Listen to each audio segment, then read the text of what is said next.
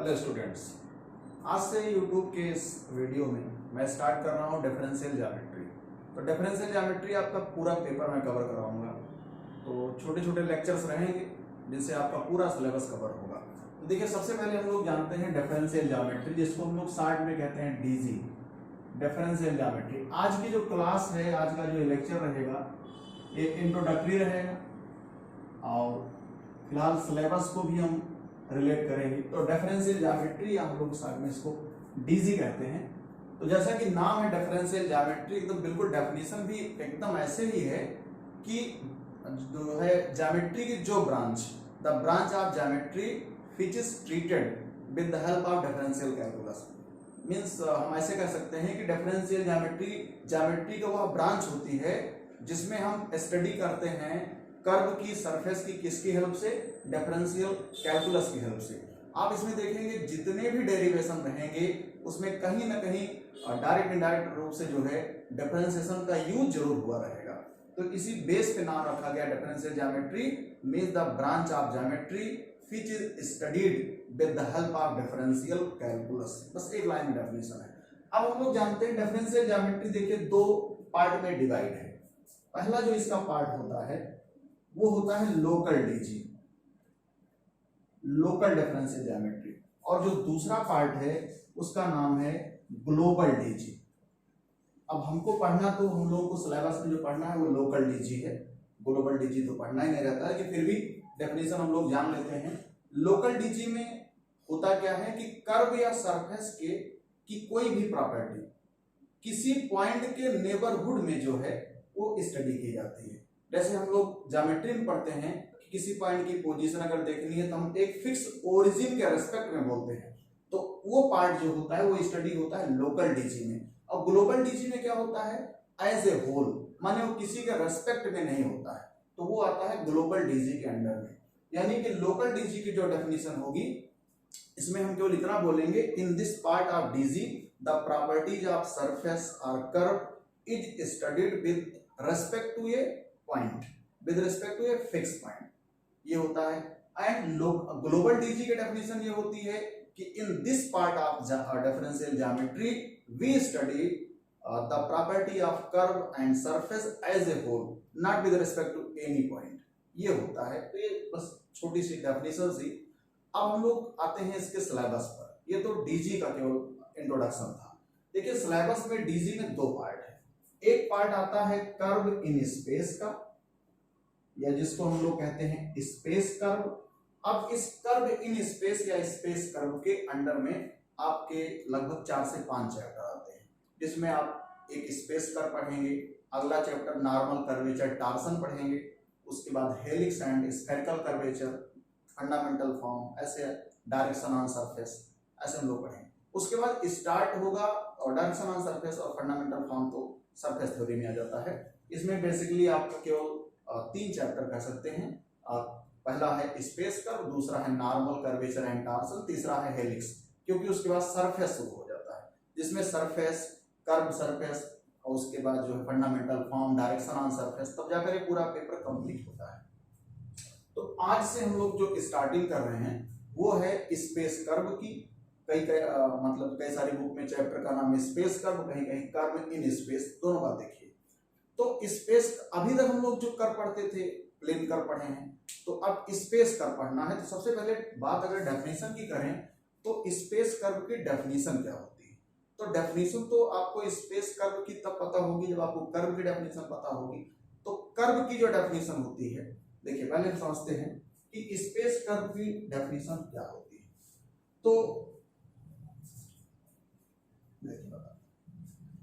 Definition बस यही दी है कि a curve is defined as, कैसे डिफाइन होता है? लोकस ऑफ पॉइंट, ऐसे पॉइंट का locus whose position vector that is r is function of single parameter, यही कर्व की डेफिनेशन होती है। चाहे वो प्लेन कर्व हो, चाहे वो स्पेस कर्व हो। ध्यान सुनना, जैसे हम लोग अगर सर्कल के बारे में बात करें, आप सब जानते हैं सर्कल का जो इक्वेशन होता है x square plus y square equal to a square.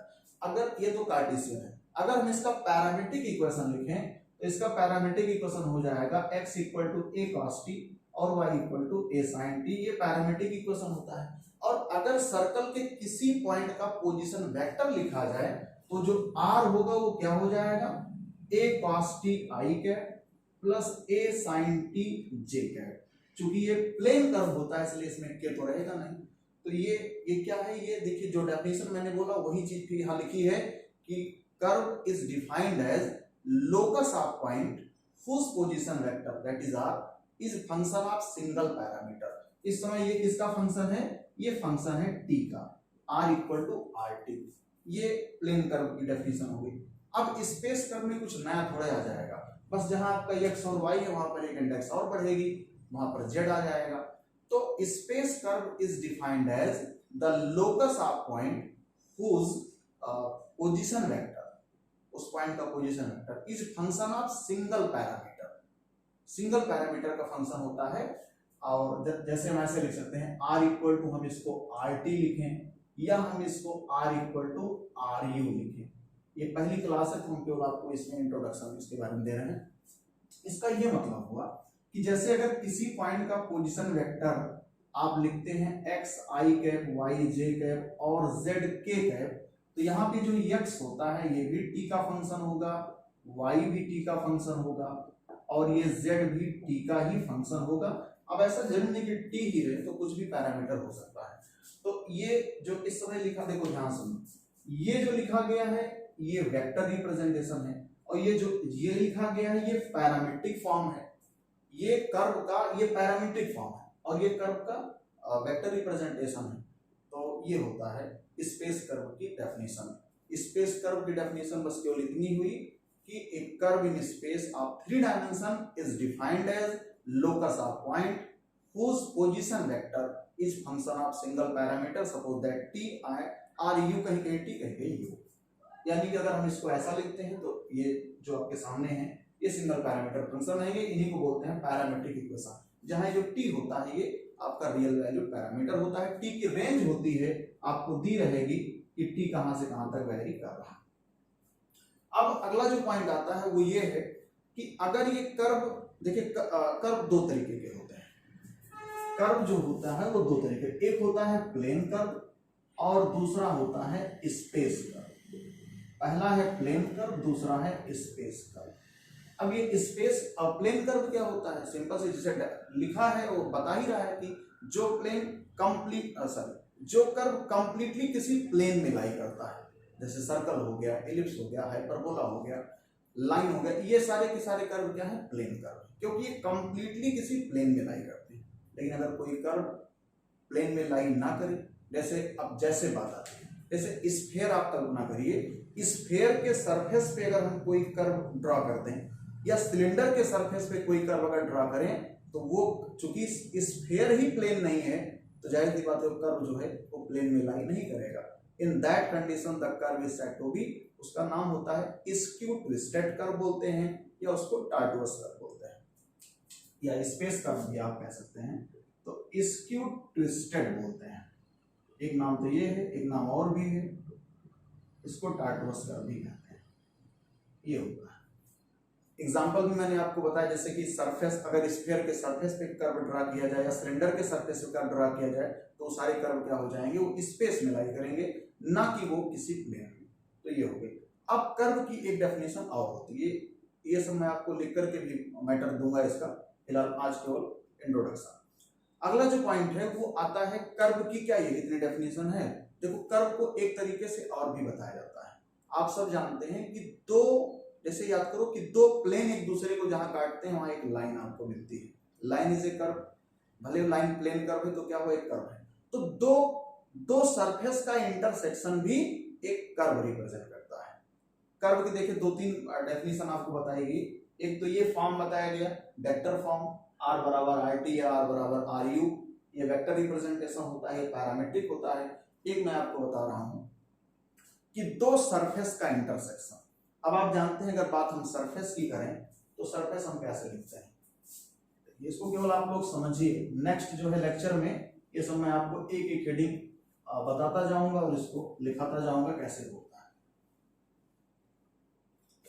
देखिए जैसे सरफेस की बात करें तो आप जानते हैं एक्स वाई जेड में कोई भी इक्वेशन अगर लिखा है तो सरफेस रिप्रेजेंट करता है, ये सरफेस का इक्वेशन हो गया। अगर हम दो सरफेस को ऐसे ही साथ में लिख दें, आप जानते हैं कि ये हमेशा इंटरसेक्शन रिप्रेजेंट करता है, और ये दो सरफेस का इंटरसेक्शन हमेशा एक कर्व होता है। दो, याद करो, दो प्लेन का इंटरसेक्शन हमेशा एक लाइन होती है।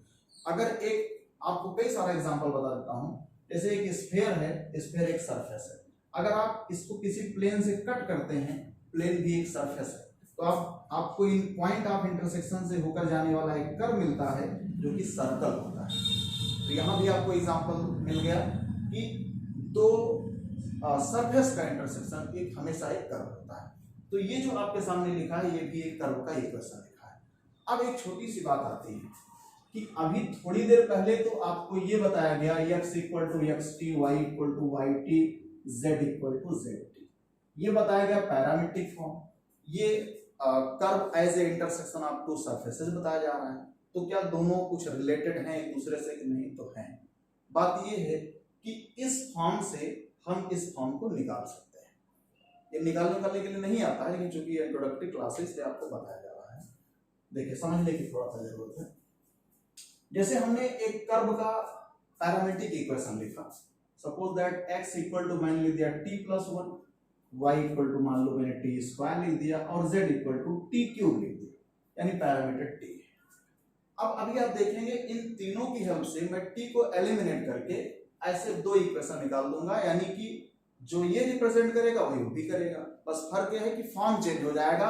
ये पैरामीट्रिक फॉर्म है, वो कर्व का as a intersection of two surfaces. अब कैसे करते हैं, देखिए बड़ा सिंपल सा होता है, x minus 1 equal to t हो जाएगा। तो अगर यहां से हम देखें तो लिख सकते हैं x माइनस 1 का whole cube equal to t cube, और दैट इज z। देखो एक तो सरफेस आपका ये हो गया, और बगल में ही अगर हम चाहें, देखो यहाँ पावर 2 है, यहाँ पावर 3 है, तो यहाँ पर अगर हम क्यूब कर दें तो पक्का है, यहाँ स्क्वायर कर दें तो y क्यूब बराबर z स्क्वायर, यानी इन दोनों से मैंने एलिमिनेट किया तो ये मिल गया, इससे एलिमिनेट किया तो ये मिल गया। अब आप कह सकते हैं इससे एलिमिनेट करते तो एक दूसरा मिलता, बिल्कुल सही है। बात ये है किसी भी सरफेस के पैरामीट्रिक इक्वेशन कभी यूनिक नहीं, ये अपने आप में बहुत इंपॉर्टेंट थ्योरम है कि पैरामीट्रिक इक्वेशन किसी भी सरफेस का यूनिक नहीं होता है। तो यानी कि आप इसके बगल में ऐसे लिख सकते हैं। तो ये देखिए मौके पर ये जो लिखा गया है यही कर्व लिखा है, यही कर्व लिखा है, बस ये पैरामीट्रिक फॉर्म में है, और ये curve as intersection of two surfaces है। तो ये अभी तक आपको जो बताया गया वो कर्व की डेफिनेशन, स्पेस कर्व और जो है उसके बारे में पूरी जानकारी आपको दी गई। देखिए जो इस चैप्टर का जो अगला पॉइंट आता है वो आज इसमें कुछ लिखाया नहीं जाए, केवल आपको बताया जा रहा है। नेक्स्ट क्लास जो नेक्स्ट लेक्चर होगा उसमें इसको आपको मैं बाकायदे अच्छे से लिखा दूंगा, जिससे आप अपने नोट अच्छे से बना सकें। देखिए अगला जो पॉइंट आता है वो कुछ नोटेशन जानना है, कुछ स्टैंडर्ड नोटेशंस हैं। तो स्टैंडर्ड नोटेशन में आखिर में होता क्या है, कौन सा नोटेशन आखिर में स्टैंडर्ड है? तो स्टैंडर्ड नोटेशंस में हमको ये जानना है कि अगर मान लीजिए कर्व का इक्वेशन r बराबर rt के फॉर्म में है या r बराबर rs के फॉर्म में, ये ts क्या होता है, ये आर्क लेंथ होती है, और यहाँ t पैरामीटर है। t भाई तो बताएगा, t टाइम भी हो सकता है, कभी u हो सकता है, कभी थीटा हो सकता है, लेकिन यार ये s जो है ना परमानेंट है, ये आर्क लेंथ है। तो नोटेशन दो तरीके का होता है।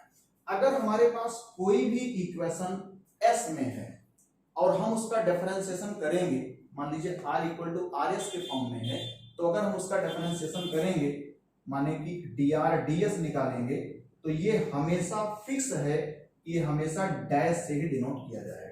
देखिए पेपर का नाम था डिफरेंशियल ज्योमेट्री और डिफरेंशिएशन स्टार्ट हो गया। पहले मैंने कहा था आप पूरे पेपर में देखें, अगर हम दोबारा डिफरेंशिएशन करेंगे double dash, triple dash, four dash, यहाँ इसके अलावा कोई नोटेशन नहीं, इसके अलावा कहीं भी नहीं आपको नोटेशन दूसरा मिलेगा।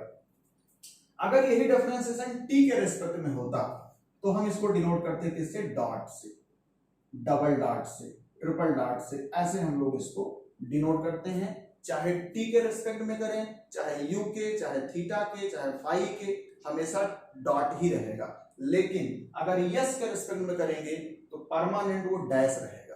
तो ये बहुत जरूरी चीज है, क्योंकि इसका काम आपको लगभग पड़ता रहेगा। दूसरी बात आती है क्या डैश और डॉट में कुछ कनेक्शन होता है? बिल्कुल होता है कनेक्शन, हम देखिए निकाल दे रहे हैं। देखो dr/ds को मैंने सिंपली चेन रूल लगा करके dr/dt लिख दिया, चलो बाई लिख देते हैं ds/dt, ऐसा लिख ही सकते हैं लोग। तो dr/dt बच्चा हो गया r डॉट और ds/dt हो गया s डॉट, और ये कौन सा है r'। देखो ये एक छोटा सा रिलेशन, ये रिलेशन भी आपको बार बार काम पड़ेगा। तो ये स्टैंडर्ड नोटेशन में आता है। नोटेशन में इतना ही केवल जानना था कि डिफरेंशिएशन अगर टी के रेस्पेक्ट में करेंगे तो डॉट से, और अगर एस के रेस्पेक्ट में करेंगे तो डैश से। अब इसके बाद अगर मैं आपको अगला पॉइंट बताता हूं तो उसका नाम है यूनिट टेंजेंट वेक्टर। देखो जो पहला चैप्टर है जिसका नाम स्पेस कर्व है, इस चैप्टर में गिनी चुनी कुल 4-5 हेडिंग है, जिसमें आप पहले तो डेफिनेशन हम लोग पढ़ रहे हैं, इसके बाद यूनिट टेंजेंट वेक्टर, अगला पॉइंट है टेंजेंट लाइन का इक्वेशन ऑफ टेंजेंट लाइन, उसके बाद order of contact between curve and surface, और आखिरी पॉइंट है ऑस्कुलेटिंग प्लेन। तो बस ये मात्र 4 पॉइंट है, बड़ा इंपॉर्टेंट और स्कोरिंग चैप्टर है ये डीजी का। तो बस आज के लेक्चर में इतना ही, इसको मैं कल आपको फिर से बता करके एक एक पॉइंट लिखाऊंगा, इसको देखिए और एक अच्छी से नोट आप लोग डीजी की प्रिपेयर करिए। बहुत बहुत धन्यवाद।